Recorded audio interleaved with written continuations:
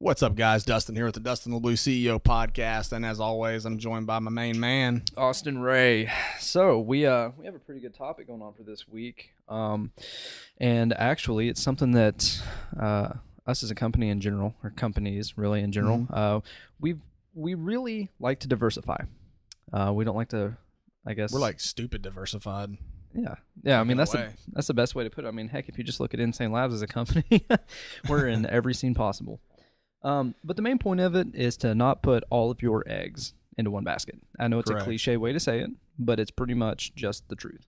Yes. So, man, I'll let you hit on that real quick, and then we're going to run through a few key points that we've got wrote down, and kind of just give the subscribers a good idea of what it means to be diversified and how it's beneficial. Yeah, so diversification is basically, like you said, not putting all your eggs in one basket. It's having different businesses, or having different outlooks, or having different mindsets.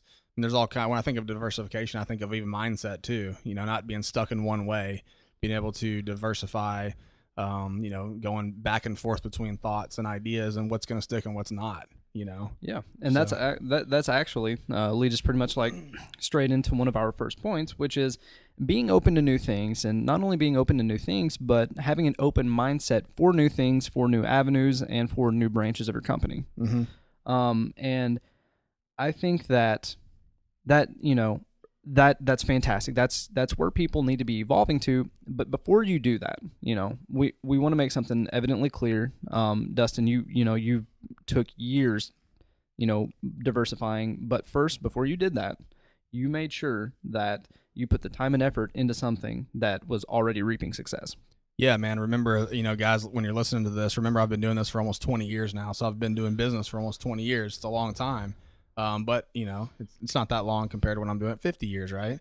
But Exactly. and the diversification will be crazy at that time. But yeah, at first, man, you got to have a solid, what would you call it? You got to have your feet really solid on the ground with one business or one idea at first to make it happen. And in my case, it was more so marketing, when I was younger. So I had to kind of build that up to get to where I am now. But and we'll go more over that a little bit later in the podcast. But you really got to find something that you're going to stick to for a while. Like, I don't want to see people jumping around from this to that really early, because then you're never going to get what you need. You're never going to get the finances and things like that, because you're jumping from one idea to the next really quickly. And later on in your career, you might be able to do that. But right now, if you're just starting out and you're young, which a lot of you guys are, it's a really bad idea. Exactly. So we really just kind of want to give you that, that initial riff right off the bat is, yes, this is about diversification, but make sure that you're settled into a certain business, or you at least have something that's already like the backbone for your funds. Like, you don't want to spread your funds too thin, because if you do that, then you're going to come to a point where everything's essentially so thin that you're not reaping benefits from anything. And we're not talking about diversifying of like cars and vehicles and shit like that. Like, that's like, if you look at a few podcasts ago, you got to really you got to live beyond, live within your means here before you start a business. Exactly. You got to understand that. Exactly. So let's say that you've got that business. Or even if it's not a business, whatever. You've got those funds, you're settled into something that is successful, and you want to ride off of it, and you want to diversify. Mm-hmm. One thing that I've seen you do over the course of the past few years, when it comes to your brands in general, is you observe current trends and like current avenues that we're not in yet, and you're observing it before that specific trend is hot. So to say it's a trend, I would say a pre-trend. You're observing something before it's mainstream is a good way to put it. And for sure, we're hitting that avenue hot and fast real quick. And I think for me, like I've said to you, privately, and maybe on the show before, and to Jason, but it's like, I watch my kids, man. Like, I have a 14-year-old and I have a 10-year-old, and I watch what they do, and it kind of shows me like that's going to be the next trend. Like, they're on it early. They're just, genetically on it early, because that's their age. Like, they're right there at the time. They're going to be 18-year-old, pretty soon. So that's what I'm marketing to, 18 to 25, 18 to 40, that kind of range. So I think being open and watching others is the way to like kind of figure out those trends, like observing, not speaking so much, but observing, and just kind of being quiet and saying, okay, I see what's going on here. And then taking, like, let's say Insane Labs into that area, or taking marketing into that area, or whatever the case may be. You have to be willing to it is diversification at that point. We really hit that with social media. I think, and when I say social media, I mean platforms. Like, I remember you said your daughter had got on Musically, Yeah. like far before we ever did, and then we got on it. At the time we were just essentially using it as like a first jump marketing platform to really try and get out there with some specific content, and that's diversification. We're using something that's really, it wasn't trending yet, it was not popular yet, and then lo and behold, weeks later, it's one of the top apps in the App Store. Yep. It kind of had its fall, and now it's back up there again, which I really didn't see that happening. But with the death of Vine, that's a good example, though. That's actually a good example. Like right now, we're messing with Vero. Like I'm doing a post every day with it. But that's diversification of your advertising techniques and marketing and things like that. And I think you have to be like that if you want to grow multiple businesses. Once you've already diversified, the businesses, you have to kind of look into different approaches like that. Yeah. So, and real quick, let's touch on one of the current trends that we've kind of, I guess, designed off of. That would be a good thing to put, would be clothing. So yeah, when it comes to the clothing aspect, man, we have like our generic Insane Labs style that we hit, and then we kind of started Insane Labs clothing, which again is kind of like an offshoot of Insane Labs, of course, but it's more focused on the actual streetwear style. Correct. It's not just the vertical logo going down the side of the shirt. It's not just the logo across the chest. It's actual designs. Trying to target that specific niche area because it is currently blowing up right now. Yeah, like right now it's not even a niche. Like right now it's like common, like it's what it is. Like everybody's wearing this kind of stuff. And even when you talked about logo shirts, we went so far away from a logo, we didn't even do a logo on a lot of shirts. Like our Dial of Thought stuff, there's no logo on it. So we kind of went completely away from like mainstream stuff with that to give that a shot. And that kind of led into the streetwear and things like that we're doing now. But if you look at some of the shirts that you've designed have been like our Rad t-shirt. It's been like, it doesn't even look like Insane Labs at all. No. But has it sold? Yes. Why? Because it's something different. It's something trendy, like you mentioned before. It's something trendy and something that people wear. It's not just a logo tee like everybody does. Yeah, and then again, you've got to have that open mindset to think outside of your typical business look, like your typical branded look, I guess would be the best way to put it. And you have to have that open mind to look outside of it, and you got to take that jump sometimes. And we took it with that first Strength Revolution drop tail tee that we did. Absolutely. The back of it, I mean, it had like that tattooed style, like snake, had some kanji, which is Japanese writing on the side, and it looked nothing like an Insane Labs shirt. It looked dope though, but it looked something like you did that one, and it looked amazing. And it was like one of our best selling shirts to date. And that's just having that open mind and, going after some current trends. But let's go on from that. So when we're talking diversification, we're not just talking necessarily a company-specific path, right? So we're talking about diversifying your mind as a business owner and looking at things that you can do specifically as a business owner outside of your brand. So one thing that I know that you've messed with is the stock market. Yeah, man, I've messed with the stock market, and I think you got to be open to that, and like that goes with mindset. So it's like the stock market, and people ask me, I've had this question a few times, like, what do you do in the stock market, or do you play the stock market? I do, but I diversify even there. I even invest in gold and silver and stuff like that, because if the money falls, well, then gold and silver will go up. I kind of look there, and I try to learn as much as possible in not just the businesses that we're in, but other people's businesses as well. And not like other brands in particular, but like, how does this genre of business work? I'm kind of classifying it as a genre. That's just what comes to mind. But, how does construction on a building work? How does this work? I'm really fascinated by all types of different businesses and how they build from the ground up. You know what I mean? Yeah. And speaking of businesses, let's relate to small businesses. Angel investing. Angel investing, dude. Once you're there, now this is going to take time. You're not going to be like, that's why Jason, my right-hand guy here, was talking about early, like you got to make sure that you're grounded first, make sure you have that one business going. And once you have that one business going and you can start diversifying, you might have opportunities to see like small startup companies. And angel investment is basically just, you're investing in an idea. And, perhaps maybe it's your idea, Austin. You come to me, you're like, hey, I got this new app. It's going to be amazing and blah, blah, blah. Hey, I might put down, $20,000 to start. Well, that $20,000 might be worth, $50 million later on because you blew up and you became the next Uber or whatever. I'm really thinking about making an app now. I'm just gonna let everyone know that. But yeah, that's one of the things. Is like, again, like you said though, you have to make sure that you have that steady stream of capital and everything set in stone before you even think about angel investing. That's a down the road thing. Down the road, man, like really down the road. And I see a lot of people there's a lot of angel investors out there that just throw money at the wall, to be honest with you. And I think that's what it is. Hey, if I can hit 1 out of 10 here, I'm going to be successful. And one thing is, if you're angel investing, you need to understand the business that you're investing in. Like that's a big thing. We've seen this, and the only reason I bring that point up is specifically because of esports. Again, I know I somehow relate esports to every podcast we've ever done, but I see so many large businesses. I'm talking like mainstream, top 500, and they're coming into this scene now because it's blown up. It'll be a multi-billion-dollar avenue by the end of this year, and they're investing in the teams, but they have absolutely zero interest, zero idea about what's going on. They're just there to, hey, here's my logo, and at the end of it, it's just a crumbled deal, didn't work, and it's just like because you didn't understand what you were getting into. But no, I'm glad you brought up esports. So this is a really good example of diversification within a brand. So like, let's take Insane Labs, right?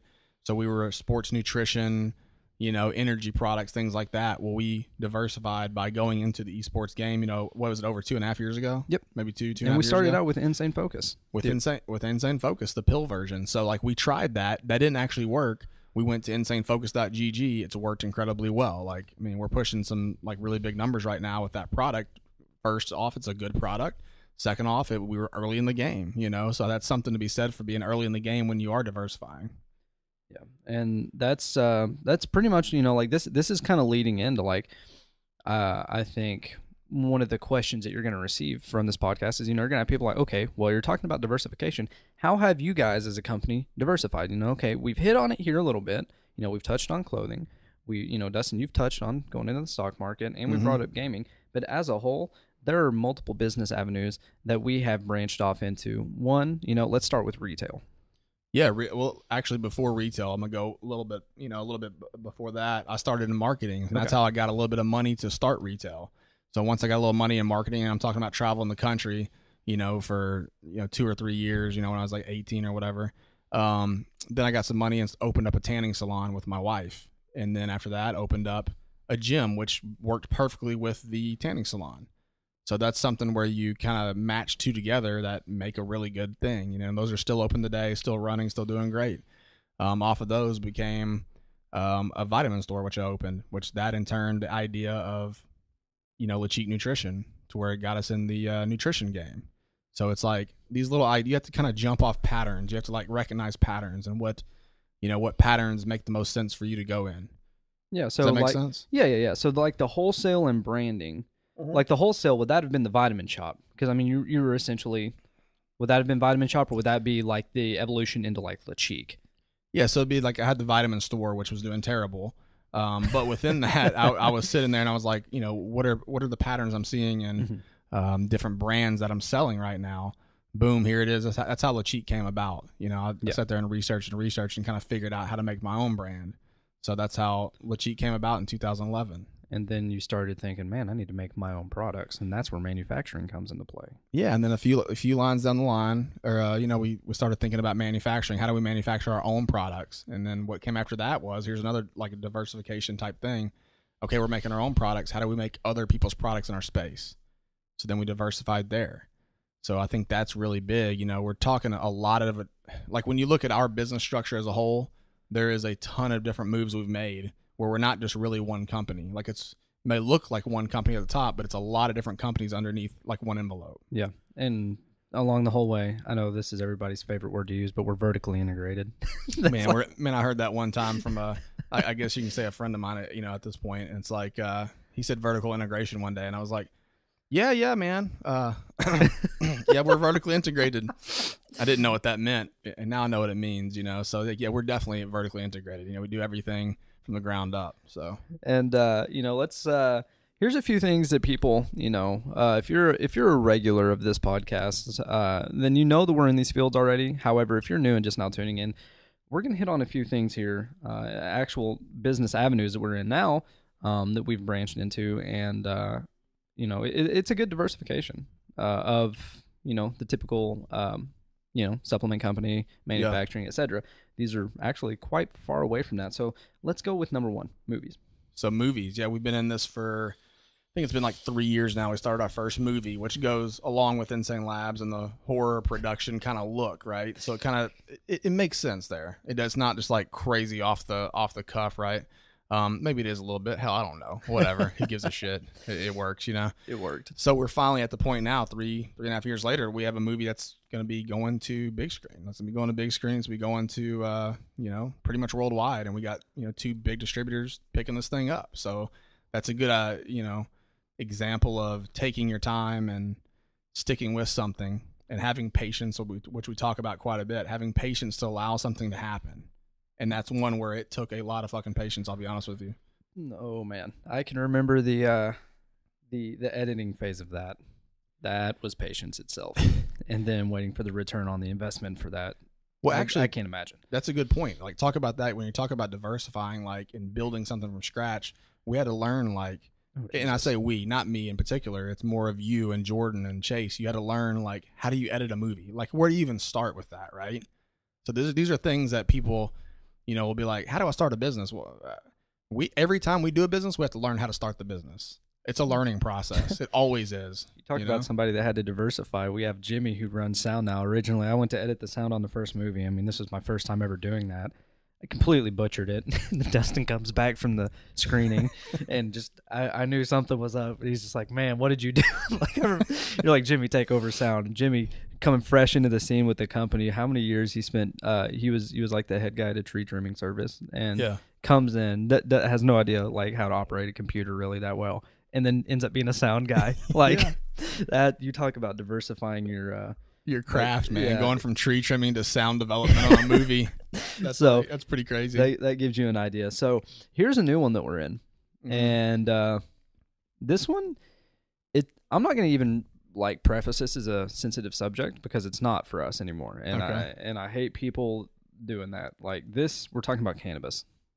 Okay, yeah. So yeah, it's not even a sensitive subject. We've done podcasts about it before, but we apply. Huh? I said podcast. Sorry, that was a horrible pun. Podcast. Yeah, I guess we did do that. I didn't even get what the hell you said. That was a bad dad joke. You mean laugh? You mean laugh? I'll laugh. Please.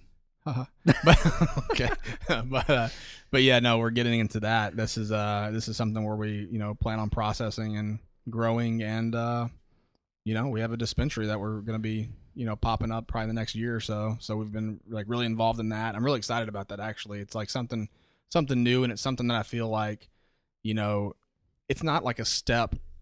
Like doing music is like a big step. Doing movies is a big step outside of the comfort zone. This really isn't even that big of a step outside of our comfort zone because we're already dealing with herbs and things like that already when we do manufacturing for supplements. So it's like it seems like an easy step, in my opinion. And plus, this opens up again. This kind of goes back to the avenue. Is like this is opening up a whole new level of like branding and marketing because this is something we've hit on sports nutrition and stuff like that, but this is like, dude, this is a whole new thing in and of itself for the branding aspect. Not in regards to the processing and manufacturing. We're there, but this part that's what excites me. Yeah, and it excites me too because like the branding stuff I love branding something where you can take like essentially the same product and make it look so much different to bring in a new client. You know what I'm saying? Like bring in a new customer base. How do you do that? Like branding is a big thing with that. So I think the whole cannabis industry is like super interesting, and I don't think it's been taken to the next level at all. It's so new, It is. So let's get on to this last point here. Of one of the business avenues that you're a part of, and that is your business, Carter Grace. So I'm going to let you explain that. Yeah, so Carter Grace, it's it's a nonprofit. Basically, what we do is we help children with cancer. We help feed people at Christmas time. We help at Thanksgiving feed people. We bring presents to people. Like just whatever we can do to help is kind of what it is. It's not really like I guess you said business. It's not really a business. It's just more of whatever we can do to help. You know what I mean? Yeah. I think that's something that people need to understand when they're diversifying their business portfolio, diversifying giving and caring about people and doing the right thing. And I think that's something that gets missed a lot of times and people forget about. But man, when you tend to give a lot, you tend to get a lot. And that's just true, man. Exactly. You know, Jesus said that. Yeah. I was going to say diversify past greed, but the Jesus part, that really hits home. So that's even better. But I think, sorry to cut you off, but I think if you're not doing everything for money, if you're not doing everything you do just for money, that just it makes everything so much easier, because it's when you're doing it for money, that whole greed aspect comes into play. Yeah. And it makes you make bad decisions, dude. And we've seen that in our industry quite a bit. Our industry's terrible about it. I love to name names, but I won't. I was going to say. You thought I was going to go there, didn't you? I thought you were going to go there. I was like, go. Sorry, I shouldn't egg that on. But you guys, I think that pretty much gets the point across. If you guys didn't realize, this podcast was about diversification. We like to use the word, like if we have a topic, we use the shit out of that word. I know, dude. You notice I said branched. I don't even know if that's a good way to We need to pick words like that I can actually say, not like diversification. We need to write down at least 5 synonyms for said word before we start the podcast. We do, man. It's terrible. But I think you guys pretty much get the point. Just be open-minded, explore new avenues. I think really, that sums it up, man. That sums it up. And one thing you can do. This is how you can diversify your portfolio. So I can't even say that. On Instagram and Twitter and all that shit. You can follow me at Dustin LeBleu CEO. Yeah, you can follow me there. It's always good to diversify the people that you follow. Yeah, you got to diversify that. Even on LinkedIn. Oh, dude, it's such a boring. I'll be honest, man. It's such a boring, really boring platform. Yet I still do it, and I don't even really know why, because it's very, very boring. I've never got into it. I have a LinkedIn profile, and I forgot about it until the other day. But it's very bad. But anyway, guys, make sure that you do follow Dustin across any of the social platforms. Like you said, he is on Twitter and Instagram, LinkedIn too. If you're really daring, you can find him on YouTube as well, at Dustin LeBleu CEO. Make sure that you subscribe to this podcast if you haven't already. If you are on YouTube listening to this, make sure that you drop a comment down below if you have a specific question about diversification or anything like that. If you have any questions for Dustin himself, make sure that you shoot him a direct message. He answers everybody. I do, man. It's crazy. But anyway, I'm Austin. I'm Dustin. And thank you guys for tuning in this week.